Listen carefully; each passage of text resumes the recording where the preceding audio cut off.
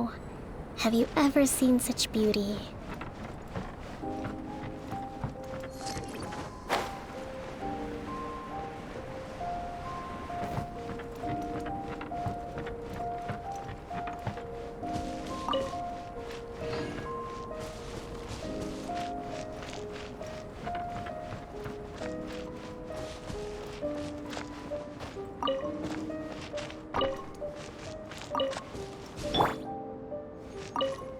Oh, pace yourself.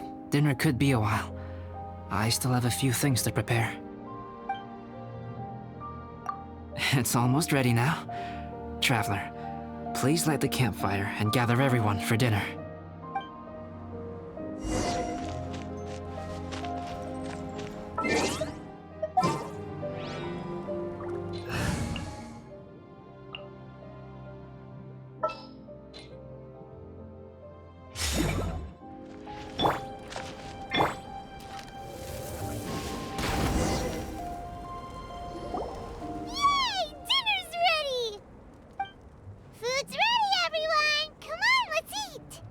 I made a few dishes based on some popular Mondstadt recipes. This is no good hunter, but there should be enough to go around. Please, help yourselves. Wow, smells great. Don't mind if I do. Wait, don't steal all the fried vegetables. Leave some for me. Hey!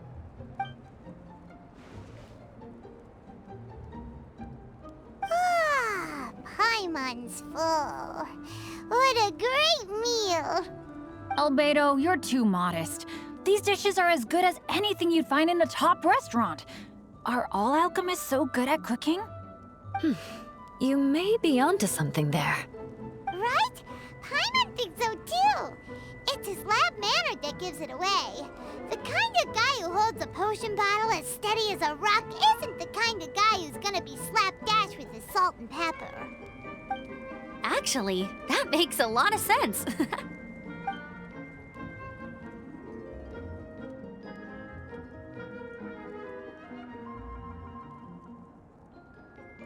I'm so sleepy after all that food.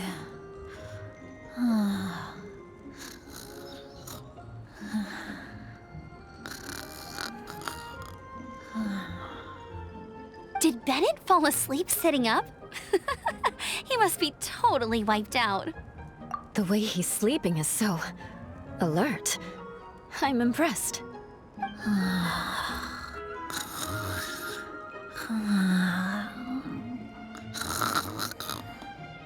He seems to be in a deep sleep. Ooh, Paimon wonders if he sleep talks. Oh, no, Dad, no apples for me. I want sticky honey roast and fisherman's toast. Sticky honey roast. That's your favorite, isn't it, Amber? Sure is. Give me a sticky honey roast from Good Hunter any day. I used to take Eula to Good Hunter a lot back when we first met. Before long, Sarah would start cooking our usual orders as soon as she saw us coming. She said we ordered the same thing so often that it was practically muscle memory by that point. She also said that if everyone in Mondstadt ordered like we do, her job would be so much easier. All she'd have to do is memorize everyone's favorites. Always eating together. Aww, it's nice that you two are so close. The Traveler and Paimon always eat together too. It's a sure sign of true friendship. Two people simply sharing a meal says nothing either way about the relationship between them. That depends if it's a one-off meal or a regular occurrence. Aha! Paimon just noticed something.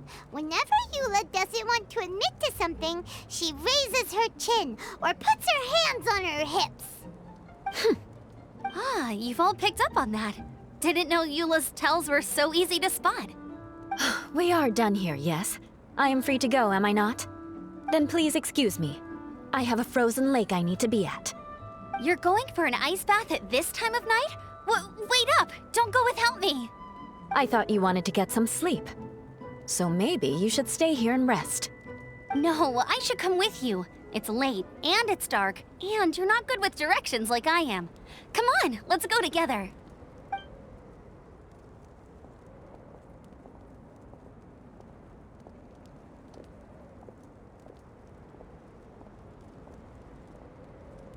An ice bath? Whew. Rather them than Paimon.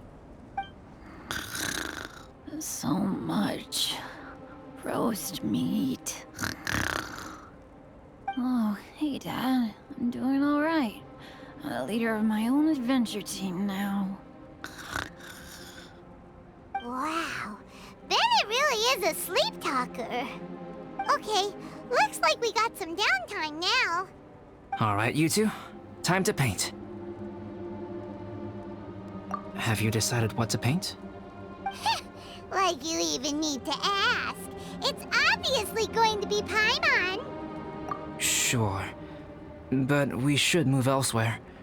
We're likely to disturb Bennett's sleep if we stay here, so let's go outside. Okie dokie. All right, grab your easel, paper, brushes, and paints. Don't leave anything behind.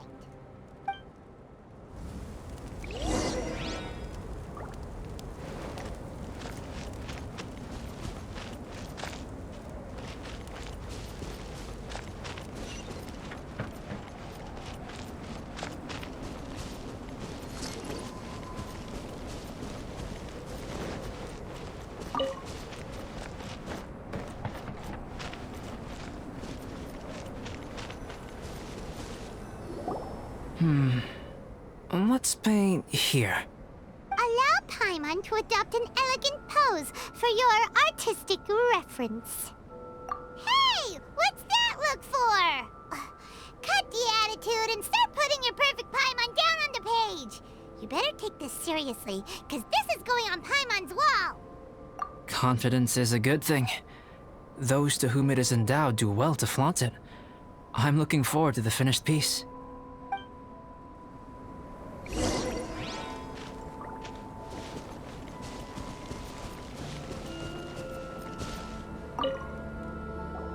Alright, let's start with the head.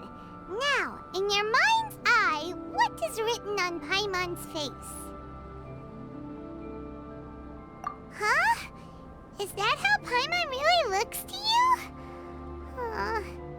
Okay, forget it. We can come back to that. Let's move on to the body. Come on, paint what you see when you look at Paimon.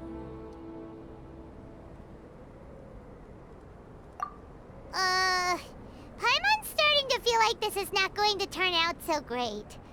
Now Paimon's getting nervous. Let me see. Let Paimon see. What is that? Why you... How could... Paimon is lost for words. The brushwork is smooth and the composition seems professional quality. You had no problems there. So what the heck happened with the face, huh? Explain that stupid expression! Explain it! Smooth, professional quality. And those eyes! Those boring, lifeless eyes! Where's the soul? Traveler? Have you previously received any education in the fine arts? What? You pour your heart on the page and this is what comes out? Special, huh? You seriously think special is supposed to look this ugly? Paimon's not convinced. But Paimon is struggling to come up with a comeback. Fascinating. Paimon, if this is not to your liking, I can make a few amendments. Traveler, what do you think?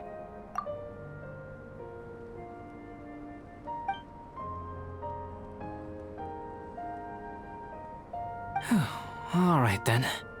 Paimon, is this better? It's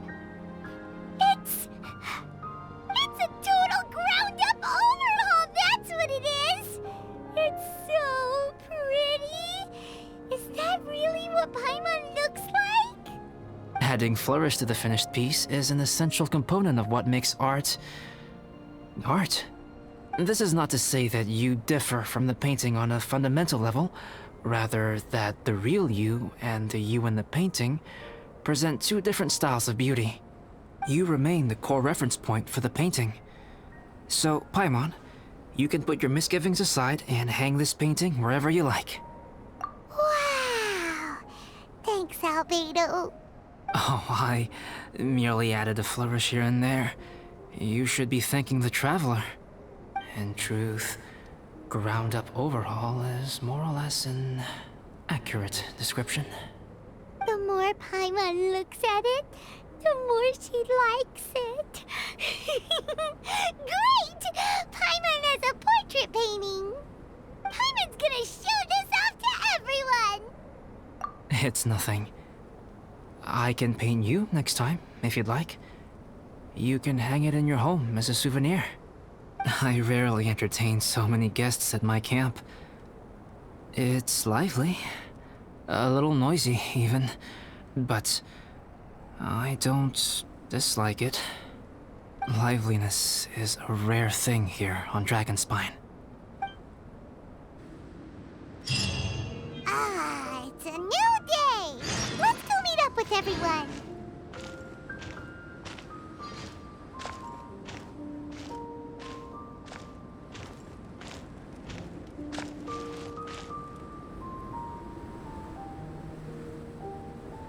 Hey, good morning!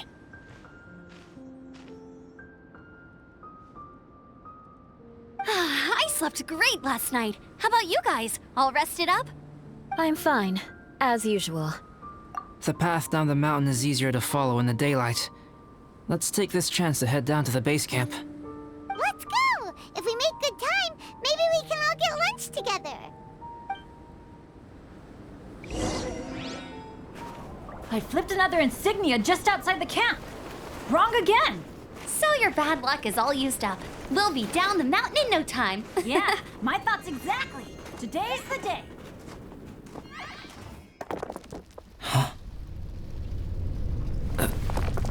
Oh no! Avalanche!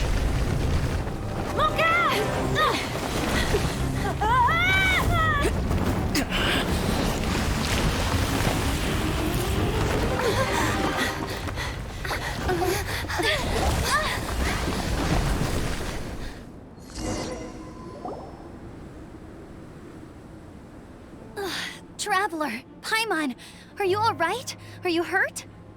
Paimon's fine. Oh, that's good. My arm got a little scratched up, but it's nothing serious. I'm okay, but I don't see the other two. I'm afraid the avalanche may have pushed them off the cliff. They fell down?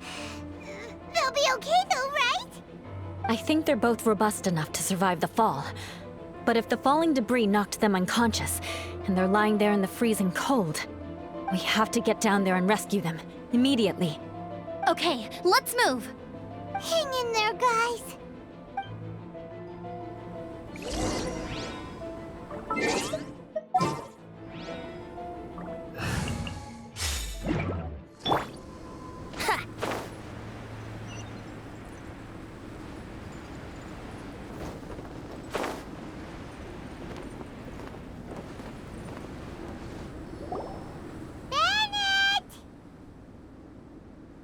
Bennett, are you okay? Shout if you can hear me! Bennett! A voice! Over there! Bennett, is that you? Guys, I'm over here. Are you alright? Are you hurt? Let me check. I'm a little dizzy, but I'm not in any pain. I don't think I'm injured. Thank goodness. Scared the life out of me. If you're dizzy, sit and rest for a while. It's fine, really. This kind of thing happens all the time. I'll be fine. Thank you. Wait, where's Albedo? Isn't he with you guys? We thought he fell off the cliff with you. He still hasn't shown up?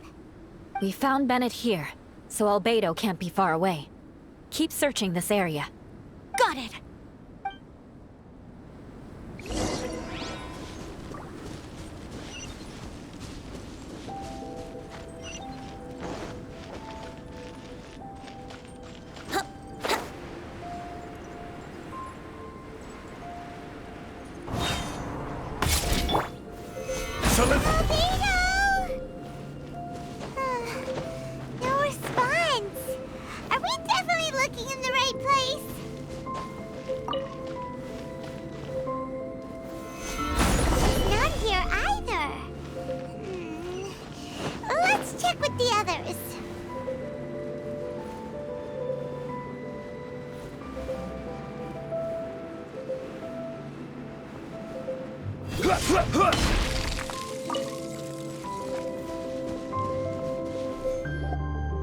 Well, any sign of him? Not a trace. Nothing from me either. Strange. We didn't have any luck either. Where could he have gone? Everyone! Ah! Albedo! Nothing serious. Okay, everyone accounted for. Guys, I think it's gotta be because of me. The avalanche only happened because I'm here. I guess flipping a treasure hoarder insignia isn't gonna change my luck after all. No wonder no one wants to go adventuring with me. I'm so sorry. Don't say that.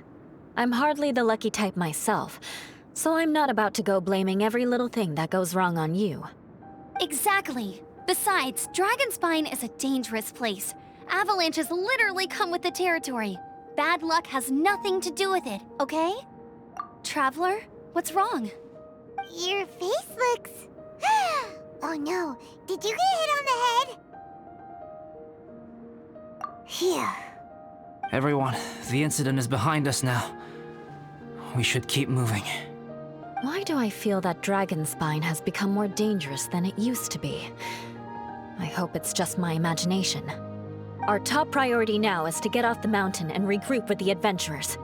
Whatever further dangers this mountain has to throw at us, we must face them together. Agreed. Guys, keep your eyes peeled and watch your step. Careful does it.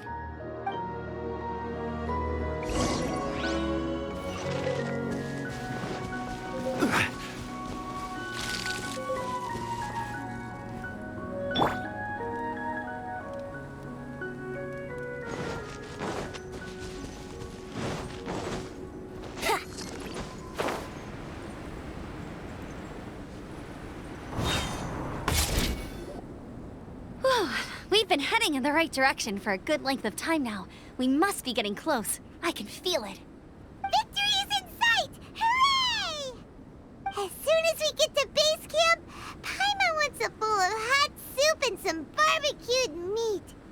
I hope we can all get there safely. No more incidents, please.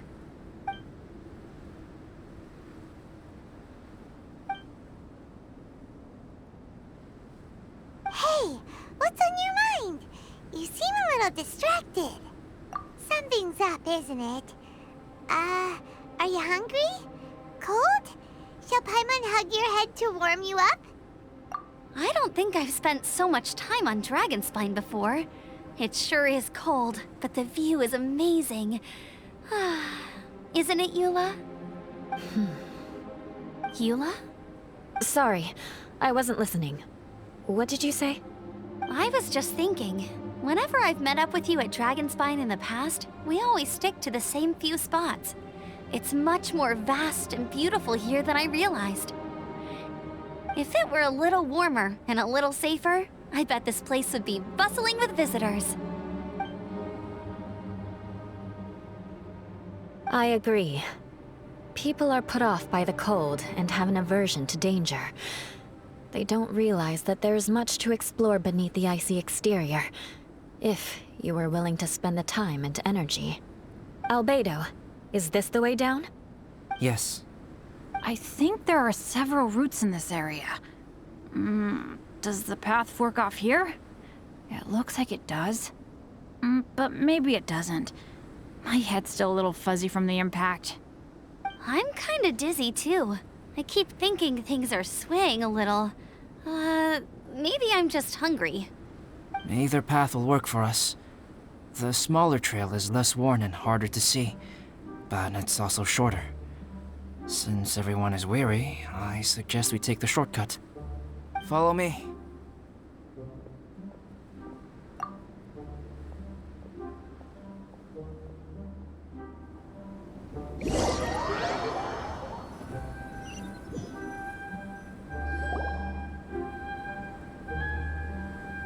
Wait.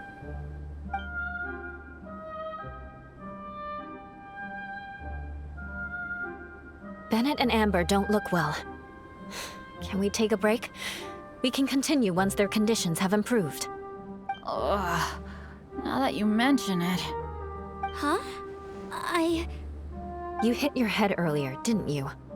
Oh, you noticed. Are you sure it's worth holding everyone up over a little thing like this? No problem at all! Health and safety always come first! Okay, sorry for this. Thank you. Yeah. Thank you.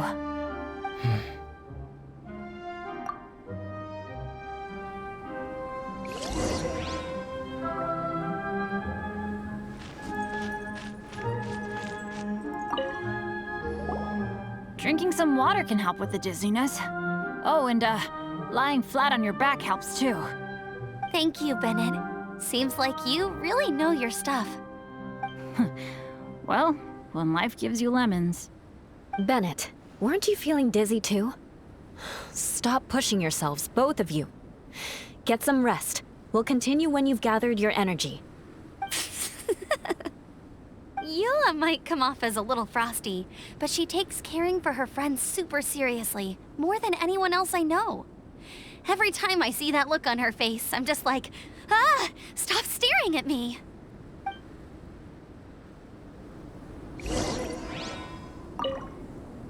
Traveler, I know what that look means. What's on your mind? Maybe seasoned veterans have an instinct for it. I sense it too. Something seems to have changed, but I can't confirm for sure. It could be difficult to verify. It might be imprudent to speculate out loud, but I believe you know what I am referring to.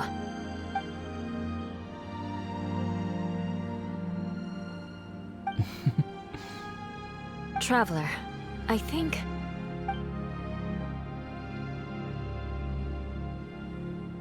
you...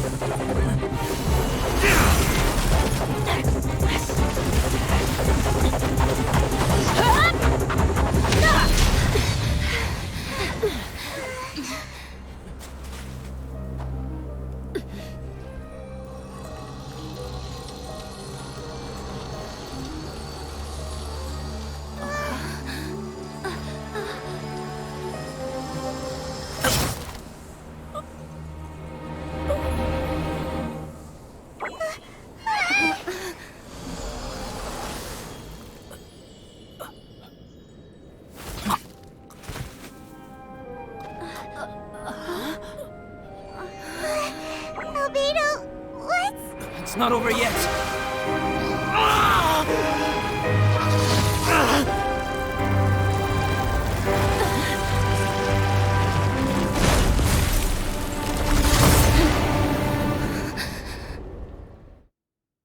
Brace yourselves. This'll be a challenge.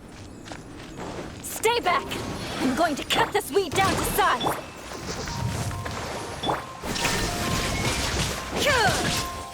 Brace yourselves.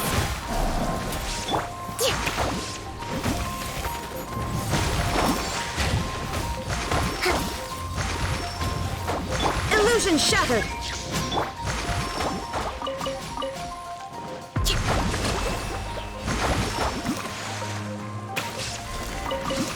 Let's move out. Billowing surge!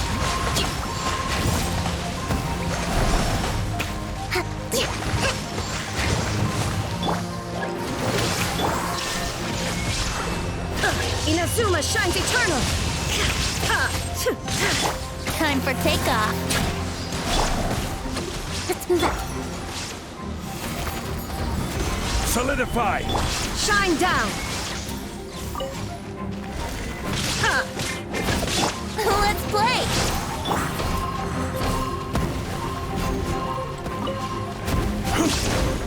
Yahoo! Fatigue is setting in. I will have order! fighting... Torn to oblivion! Let's play! Think you can get away? Rest and rebuild! There is no escape! Brace yourself! Covenants of the Deep!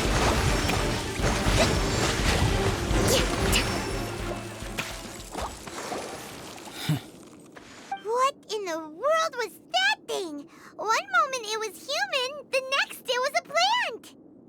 Is everyone alright? We're fine. But can you please tell us what's going on? I don't understand. I take it this monster is whom I had the pleasure of meeting last time. Correct. As you might have guessed, this is a mutated whopper flower. An extremely rare kind. But can whopper flowers turn into humans? Not typically, but conditions on Dragonspine are far from typical. Perhaps the dragon's blood seeped into the land, then was passed to the monsters via the ley lines, accelerating their rate of mutation. How could that happen? This mountain is home to the remains of Durin, the venomous dragon. If there is anywhere in the world one might expect life to do unfathomable things, it would most likely be here. Durin was an artificially created life form. Its existence is nothing short of a miracle, and proof of countless possibilities. In other words, this mountain we stand on is a cradle of life's profoundest mysteries. A vast and terrifying hotbed of possibilities. The avalanche. It must have been the work of this imposter. Agreed. All the other troubles you faced on the way down could also have been its handiwork. My guess is that it was targeting everyone that I've had contact with. Right, I forgot all about that. It's not inconceivable. But what was its purpose? Was it just trying to get rid of us? I have a preliminary hypothesis on this. Whopper flowers are masters of mimicry, and those we encounter in the wild often appear in the vicinity of the plants they impersonate. In other words, the whopper flower likely has an instinct to replicate and replace. As a plant, it will disguise itself as another plant and infiltrate the group, hiding among them for cover. The plant being imitated has no way to detect or fight back against this behavior. But when it disguises itself as a human... It wanted to replace you and infiltrate our group? Yes. Maybe it created the avalanche to get rid of us. I predicted this eventuality, so I availed myself of the avalanche to hide and lure it out. It was watching us the whole time, and when it saw that I had disappeared, its instinct was to take my place. At that point, its disguise was complete, and its next move was to hunt its prey. Yes, that's exactly how whopper flowers operate. So when it approached and attacked Joel, what was that? A trial run? Perhaps. Or maybe it enjoyed posing as a human, and wanted to experience what it felt like to be human. We're fortunate to have discovered it in time. I think the Traveler was the first person other than Albedo to notice something was wrong. Traveler, how could you tell the real me and my imposter apart? I want to know too. I had no idea the other guy was an imposter. They looked exactly the same to me. I see. It goes to show how difficult it is to impersonate a human. This mutant whopper flower tried its best to replicate the original exactly, but still managed to miss some details. Unbelievable. To think that Dragonspine creates such terrifying possibilities.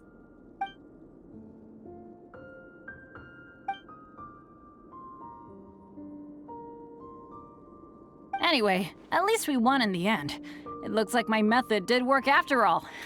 I used up all the bad luck, and the good luck finally came through. About that. If you're referring to having fallen down the mountain and avoided injury, well, that's because I was secretly protecting you. Huh? Well, that still counts as good luck to me. Yes, that's not an unreasonable way of looking at it. Okay. We've been delayed long enough. Time to move on. Yeah, let's go!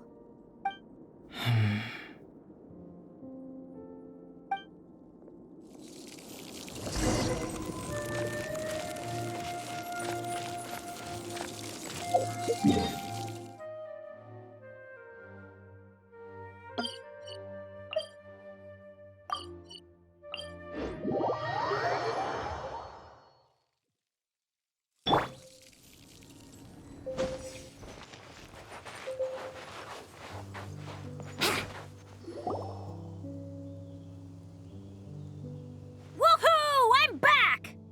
Cyrus doesn't seem to be here. He must have headed up the mountain.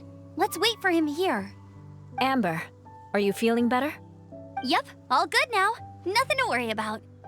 I don't know what I'd do without you guys. If not for you, I'd probably still be locked up in that cage. I really want to thank you all properly, but I can't think how at the moment. Huh? You must be pretty used to being on the receiving end of people's kindness by now, though, surely. You probably need it often enough given your situation. Come on, don't put it like that. Sure, plenty of people have shown me kindness before, but that doesn't mean I will ever take it for granted. No matter how many times people help me out in life, I will never forget any of them. Well, instead of repaying those who helped you, perhaps you could help others yourself. Everyone meets others in need from time to time. By choosing to be there for them, you're passing the kindness you received onto others. Yep, you're right. That's what I've always tried to do, and will always continue to do. Right. And when Cyrus gets back, I'll find some way to help him out too. This has been quite an eventful day. Yeah, it has. It's really hit me how tired I am now that I've started to relax. I need to rest. Everyone, please excuse me for a while. Yeah, I need to get some water and maybe a piece of fruit. Once I'm rested up, I need to get back to being an instructor again. Well, it looks like the curse of the mountaineers who couldn't get off the mountain is finally broken. Feels like an action-packed chapter has come to a close. Shall we find somewhere to rest and chat too? Why not? Then please, come with me. You sensed something too, didn't you? Then let's go. Huh? Are you going back to your camp again? Paimon thought maybe we could talk here. Okay. Might as well come with you. Good. Shall we set off right away?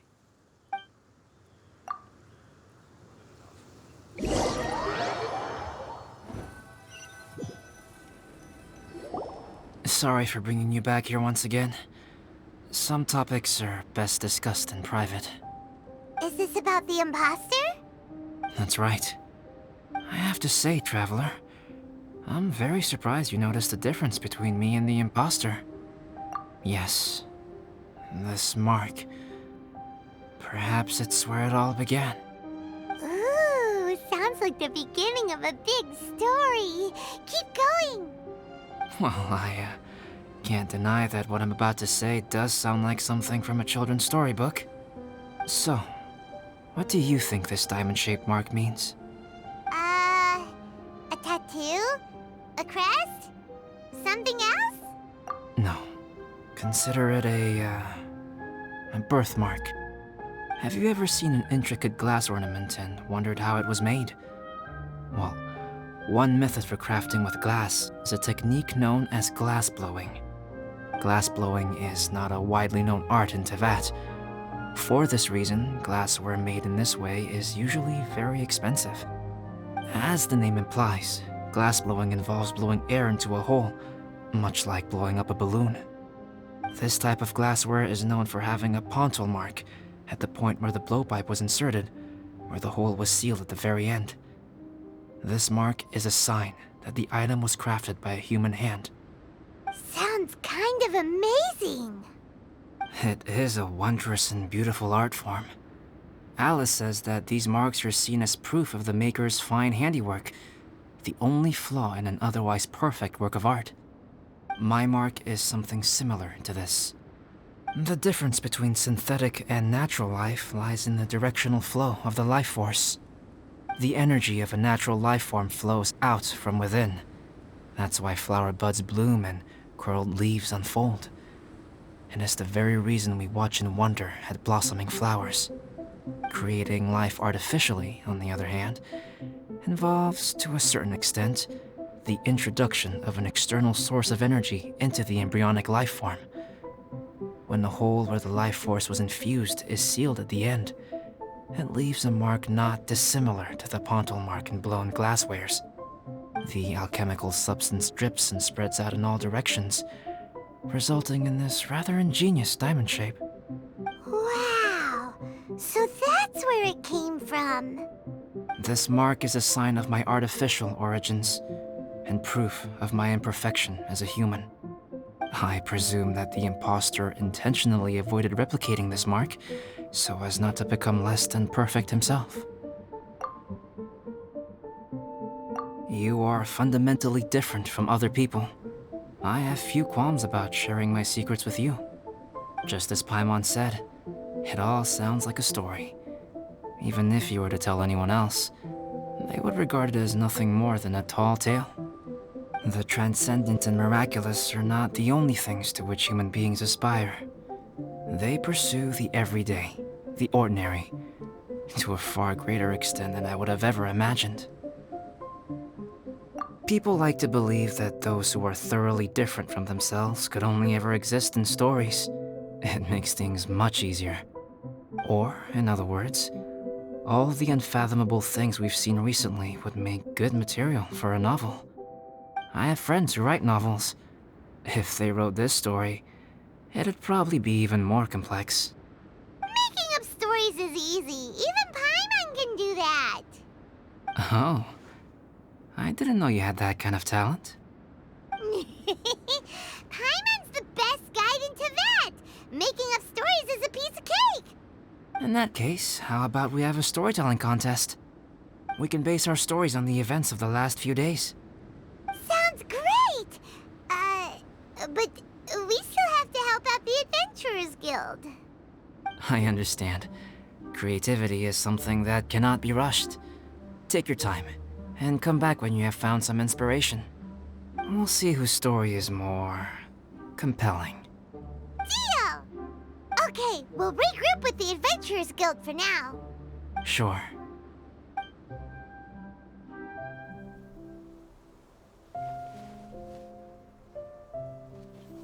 My story. Yes, I should have known.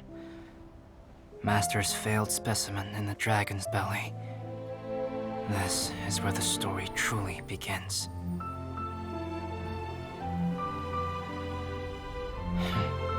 If we switched places, if you were the survivor, then as the abandoned experiment, the failure of the primordial human project, I'd want to replace you too. I would replicate your appearance, study your alchemy, and create miraculous life forms to divert your attention. I would wait for the right moment, then dispose of you and the Traveler, the sole person to have known your secret. And then, I could finally experience the joy of being brought into the world.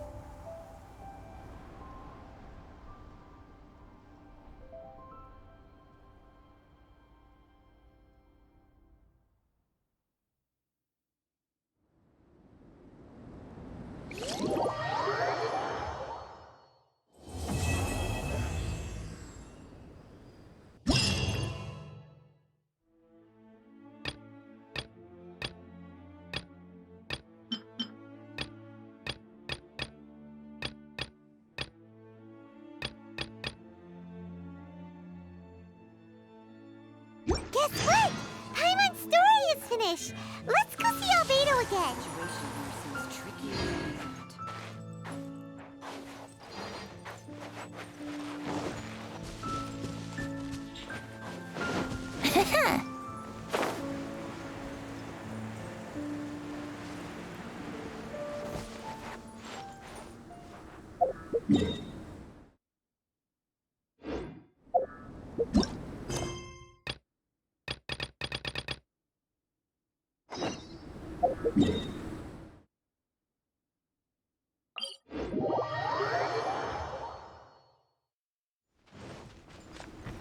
Let's wait till the snow gets heavier and have a snowball fight.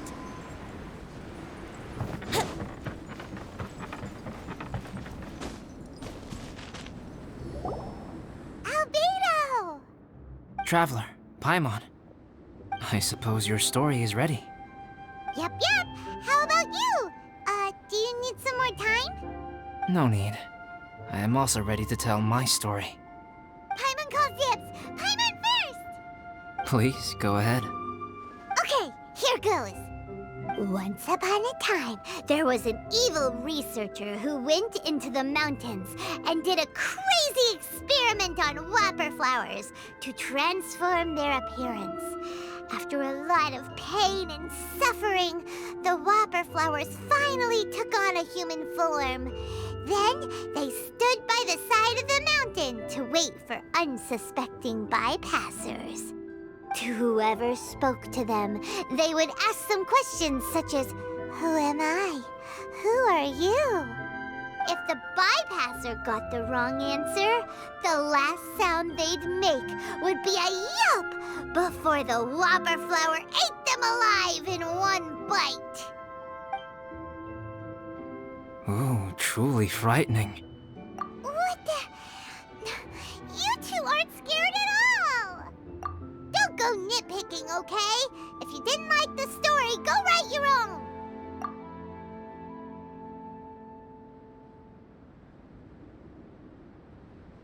In other words, the whopper flowers would ambush and then completely replace their victims. And then what? Go back to where the person lives? Enter their home? Eat their whole family? Paimon made up this story, but now Paimon's the one who's scared by it. It's a good story. Oh, may I write it down? I may bring it up in future conversations. What for? Just to scare people with? Yes. You've got a real mean streak, Albedo. Mine is a little longer than yours. It starts with an alchemist. A great alchemist once created Subject 1. Subject 1 was her proudest achievement, and successfully blended into human society. No one ever would have thought that this friend of theirs was in fact a synthetic human. However, unbeknownst to Subject 1, the alchemist had tried the same experiment many times before he had come into being. Some of the rejects from failed experiments had been discarded, but had not died. Subject 2 was one such failed experiment. He was swallowed by a great dragon that came to rest upon a snow-swept mountain. Many years later, he was resurrected by the dragon's mysterious power.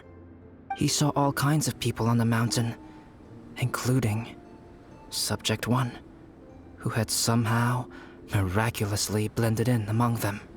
Never in Subject 2's wildest imagination had he thought it possible for experimental life forms such as they to deceive everyone so successfully. He saw the way humans accepted Subject 1 as a friend, witnessed their affection as they addressed him by name. This was what Subject 2 wanted. Now, all that Subject 2 desired was to replace Subject 1 and take the joy of his existence for himself. This is giving Paimon the chills. So scary. Subject 2 began to unfold his plan. He stole Subject 1's books and notes and studied all that Subject 1 had learned from the alchemist. Subject 2 was highly intelligent, and he learned quickly. He changed his face into an exact replica of Subject 1's face. Then, he found a plant with mimicry capabilities and transformed it using dragon blood and alchemy. And so, not only did Subject 2 transform his own appearance to perfectly match that of Subject 1, he also created a third entity, Subject 3. What? There's 3 of them now? But Subject 2 wanted to become a perfected human. So, he erased a mark on both his and Subject 3's necks. For these marks were symbols of imperfection. In my view, it was probably a subconscious act, an instinct. He so desperately craved to become a perfect human being that he forgot something. Human beings are defined by their flaws. Subject 2's plan was meticulously crafted. Subject 3 would draw Subject 1's attention. After Subject 1 disposed of Subject 3, he would assume the threat had now disappeared and would let his guard down. The next moment that Subject 1 was alone, Subject 2 would make his move. He would eliminate Subject 1 and become the only one remaining. He would secretly replace the Subject 1 of everyone's memories and inherit his identity, residence, clothing, sword, name, and friends. People would have no idea that the individual they knew had become somebody else from one day to the next. This is way too scary. Paimon's never gonna be able to trust anyone again. But just before Subject 2 could carry out his plan, a unique stranger entered the mix. Subject 2 tried to make contact with this person, but found that they could somehow sense he was different from Subject 1. What's wrong? Are you scared? What happened then? What happened to the stranger? He became a new stage in Subject 2's plan. One more person that Subject 2 had to dispose of. It's as if there were 3 identical roses in a garden. Only one of the 3 was a fine specimen, while the other 2 were defective specimens that bore poisonous thorns. In all the world, only the gardener who tended to them could tell which was the good specimen. People do not like poisonous plants. Only a perfect rose can fetch a high price. If the inferior specimens wanted to conceal the fact of their worthlessness, they would have to take the gardener out of the picture, using their poisonous thorns. This is exactly what Subject 2 was thinking. So, he hid in the shadows and waited patiently. Maybe soon, he would get his chance to become truly human.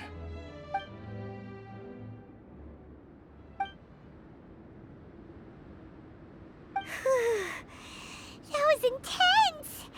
So what happened after that? Did Subject 2's plan succeed? Paimon can't bear thinking about it. Fortunately, it is just a story. And even in this story, Subject 2 did not succeed. But you can never let your guard down on Dragonspine. Monsters mutated with Durin's power and blood are also creatures of Rhine-Daughter, just like me. You must beware of all such creatures. I'm glad to hear that. It's okay. I know what I am. You and I are both different, so there is no need for me to hide the truth from you. The only thing is that sometimes, when I think about how mighty the power of alchemy is, I feel so small. As beings who set foot in this world, how arrogant are we in desiring to control our destiny and in desiring to create? Is creation an arrogant act, traveler? If not, why do we call the ones that created us and control us gods? If it is, then what qualifies us to call ourselves creators? How far must we take our reverence and respect, and what purpose does it serve? Nothing special, but whenever I think about it, I feel a twinge of grief. Poor Albedo. Hello? Traveler, are you here? Hey, is that Amber? Thought we might find you here. We're here to deliver a message from Cyrus. There's gonna be a big event down at the base camp, and they want you there too, Traveler. Winter camp is nearing its end. Apparently, even provisional instructors are required to attend. Looks like we need to go, Albedo. Bye for now. Then I won't keep you. I have some things to attend to here, so forgive me for not seeing you down. Don't worry about it. There have been no issues getting up and down the mountain recently. Is everyone ready? Let's not keep them waiting.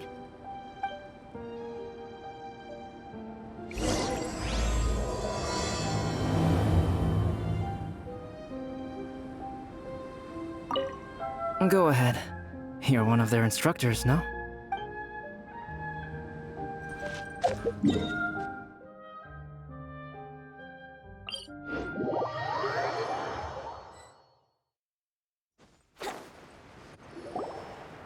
Huh? Who is this guy? Allow me to introduce Yozerv. He's Joel's father. Dad, this is that traveler I was telling you about. The traveler's helped me out loads in the past, and this time we even built a snowman together. Joel has told me everything about you. I can't thank you enough. Wow, this is amazing! Wait a second. Why is Cyrus discreetly wiping tears away? And what is Pallid doing here? Pallid is the hero of the hour this time. Go on, Pallid. Tell us what happened in your own words. Okay. The weather was fine on that fateful day, and I had a feeling that Lady Luck was smiling down on me. So I trusted my gut and set off to explore somewhere new, somewhere dangerous. Because where there is great danger, there is also great treasure. Why does this sound so hard to believe? But I had only been away from the group for a short while when I fell down a slope and just started rolling. Uh-oh. Did my bad luck rub off on him when we ran into each other on the mountain? The place I fell to was somewhere I didn't recognize, and I'd sustained a few injuries. I remember thinking to myself, this is the worst luck I've ever had in my whole life. Then I met Yozerv. He'd heard the sound of me falling and came out to see what was going on. Huh? Wow, so it was completely by chance then. I thought he must have been someone from the Adventurers Guild here for the event, but after a few words of conversation, it was clear that he was having memory problems. He didn't even know his own name. The temperature was freezing, and there was no time to deal with all that there and then, so I convinced him to come back to the camp with me and figure everything else out after we got there. We got back to the camp, ran into Joel, and the moment he saw him, he froze for a second with this completely stunned expression on his face, and then he started crying out, "Dad! Dad!" That's when Yozerv suddenly started to remember. My memory has still not fully recovered, but Joel and his mother, they are the only ones that I will not, no, that I cannot forget. Daddy. Daddy's right here, Joel. Daddy's right here. Yozerf, don't you remember anything else at all? The poor princess, feeding the foxes? I'm sorry. I have no recollection. Maybe it's because of the head trauma. I'm not sure. I woke up and found myself covered in blood. My things were gone, and there was nothing to indicate who I was or how I got there. I crawled into a cave and settled in for a slow recovery. After my legs and feet were a little better, my hunting skills were what kept me alive. Dad, I was so worried about you. I'm all right now, Joel. Oh, don't cry. Daddy's not going anywhere. I'm here to stay. Oh, this is good. This is good. You know what, though? I definitely think my luck got worse after running into Benin on that mountain. I knew it. I just... No. I just meant if it weren't for you, there's no way I ever would have run into Yozerv on a mountain this huge. Besides, we got back safely, didn't we? So don't blame yourself. Maybe sometimes miracles can only happen when you get just unlucky enough. Pallid. When did you become such a smooth talker, huh? Huh? Am I? I was just telling the truth. Oh, yeah. I want to say thank you to the Traveler, Uncle Cyrus, Auntie Eula, and Auntie Amber. Thanks, everyone. You all helped look after me, and I will always remember it. But I guess I can't take the snowman with me, or it'll melt once it leaves Dragonspine. It's such a shame. Oh, I can help with that. One moment. Huh? Eula? Here, take this. It's powdered rime. Just add it to your snowman, and it will never melt.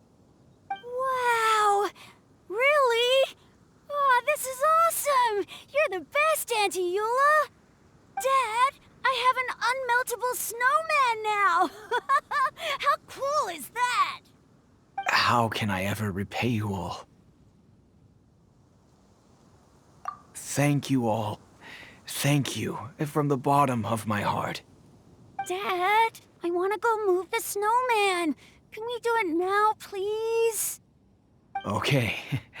I'll be leaving with Joel now. I'm sure I'll see you all another day. Very well, very well.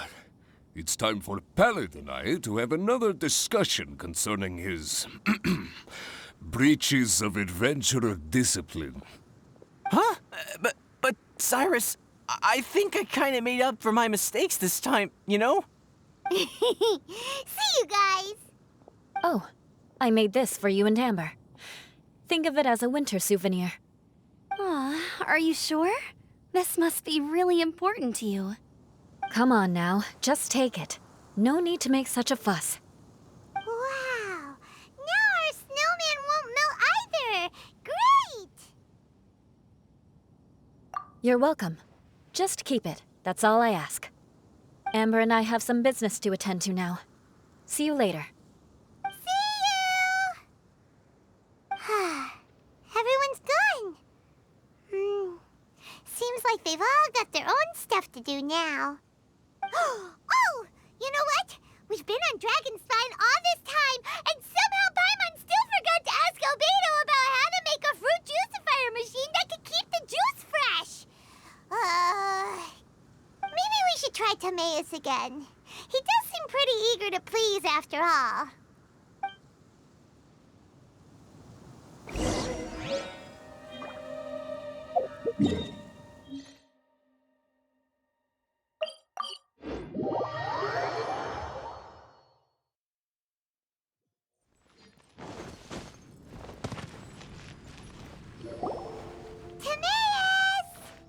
Traveler and Paimon, what can I do for you? Wait a minute. You've got that mischievous look on your face. Oh, you're not still thinking about that ridiculous juicer thing, are you? Timaeus, will you help us?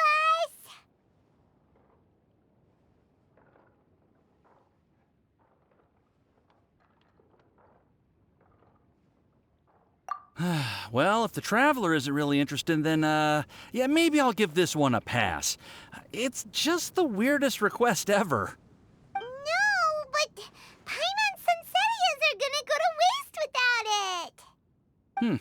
And the time it would take me to research something like that, I could probably pick those Sunsettias again 10 times over. New research project, Timaeus? We meet again. Oh, Albedo, thank goodness. So the situation is, Paimon wants a machine that can turn fruit into juice and keep the juice fresh. I mean, surely it's... Majorly important, that's what it is. If you can manage to invent this, we'll never have to worry about fruit going bad ever again! That's impossible.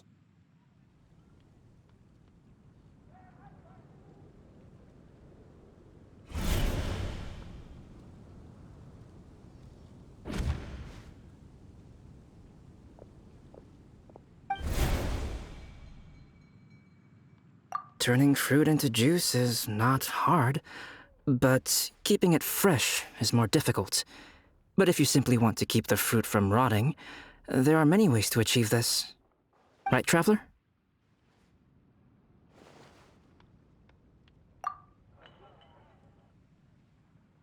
What about his neck? What's wrong? Is there something on my neck? From the look on your face, it's as if you thought I just played a practical joke on you that was in exceedingly poor taste. Albedo, you were saying, how do you stop fruit from going bad? Well, one way would be to bury your fruit on Dragonspine, where the snow never melts all year round. But then Paimon won't be able to eat them! You could always live on Dragonspine. No, too cold for Paimon. Or you can give the fruit to me, and I would take it to Dragonspine for you. But since you don't like the cold, You'd have to send someone else to pick them up when you want them. This is where you come in, Traveler. Suddenly sounds a lot more feasible with other people doing all the work. Okay then, shall we go with that idea? Fruit buried on Dragonspine will stay fresh for much longer. However, it is also possible that the fruit will sprout and grow into fruit trees. Who knows? Maybe the next time you visit, it will have grown into an orchard. You can water the trees, add fertilizer, and when they finally bear fruit, you will have some fresh sunsettias. No way! Then Paimon will have to be a gardener. That's not the goal here. Oh? Well, I don't think being a gardener is so bad.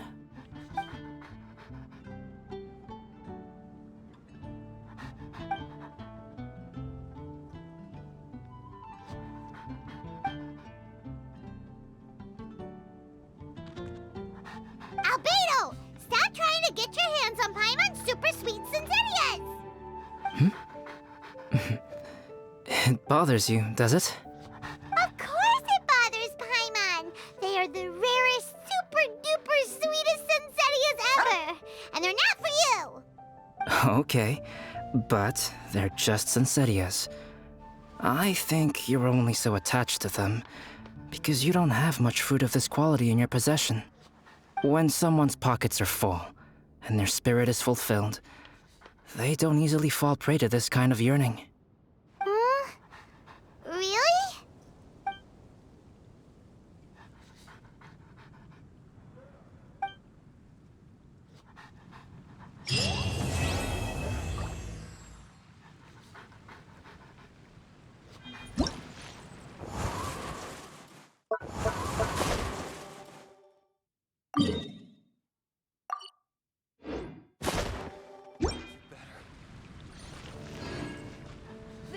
Dragonspine is too. If, one day, Dragonspine did become home to gardens and orchards, there would be more reasons for people to visit.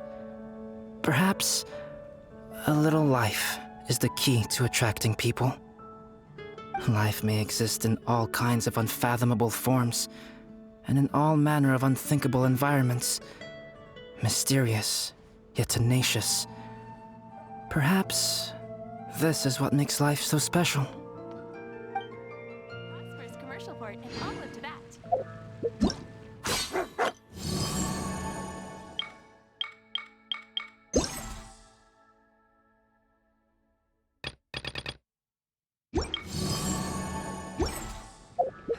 That's a nice.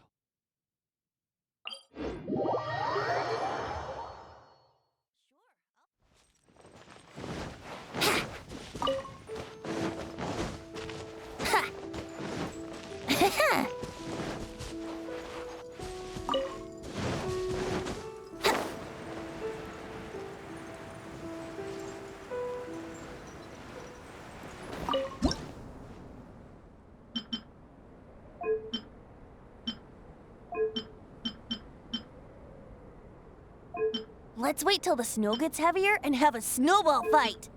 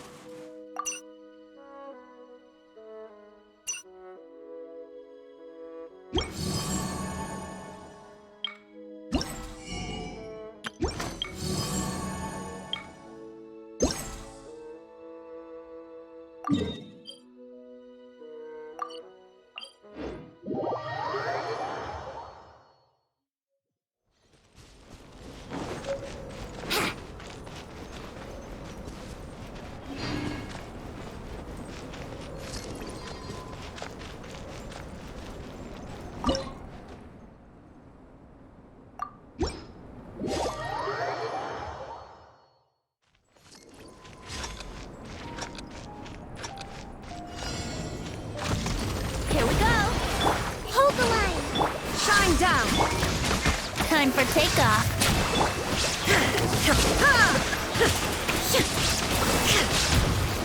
Inazuma shines eternal! Illusion shattered! This is order. Rise! Brace yourself. Shine down! Yahoo! Billowing surge!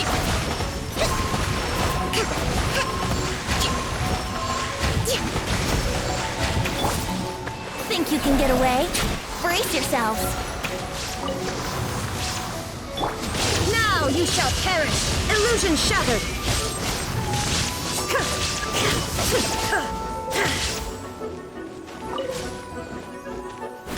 Yahoo! Time for takeoff. I will have order.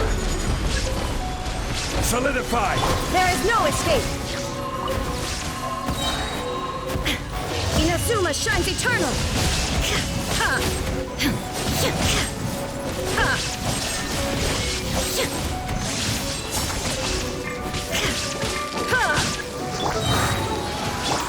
Rest and breathe it.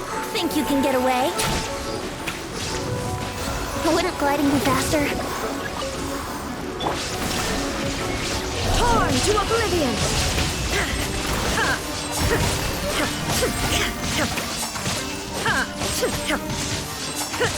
Order guide you. Here we go.